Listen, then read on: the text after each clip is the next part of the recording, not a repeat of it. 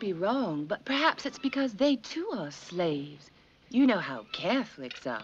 Slaves to the fascination of sin. Perhaps it might be their oppositionist instinct. You know, Europeans, ever since the French Revolution, they've been attacking everything.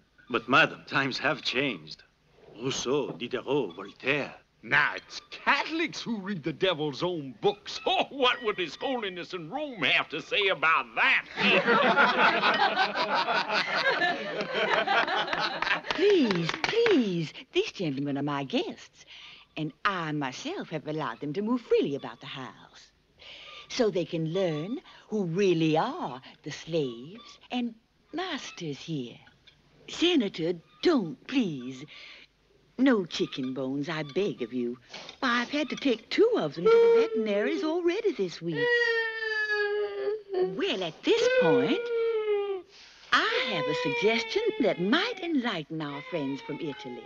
All of you at this table are distinguished people, and it would be most illuminating to hear your frank and authoritative views on the subject of slavery. For you know what Europeans say about us, that we have a guilt complex and won't talk about it. I agree, and I shall speak first. We cannot hide slavery any more than we can hide an erupting volcano, a forest fire, or leprosy. In my own case, it is true that I have freed my slaves because they were stupid, foul-smelling, sad, and bothersome. I'm an aristocrat. I believe in freedom, but not equality. That is my statement. Signed, John Randolph of Roanoke. I'm Professor Thomas R. Duke. In history, we know that every great civilization was founded on slavery. Let us take the classic examples of Greece and the Rome from whence you gentlemen come. It's God's and nature's law that man attempt to prevail over his fellow man. Till one becomes the master, one becomes the slave.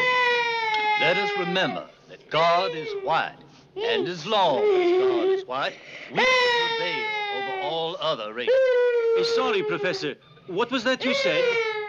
God is white, and as long as God is white, we shall prevail over all other races.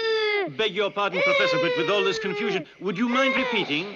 God is white, and as long as God is white, we shall prevail over all other races. Thank you very much. Any other viewpoints? Perhaps I, too, may say something to these gentlemen from Europe. I am not a Southerner. My name is Harriet Beecher Stowe, and I'm from New England. I've been here but a few days, but even in that short a span, I've formed a personal opinion. May I state it? Please do.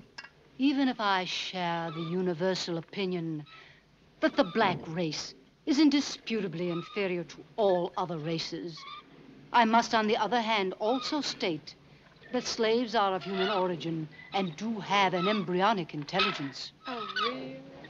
I do not hesitate to tell you that I entertain for the suffering slave a degree of sympathy which equals the disgust I hold for those who make him suffer. I am an American who no longer understands her Southern kinsmen, and this tragic fact distresses me deeply. I can feel it.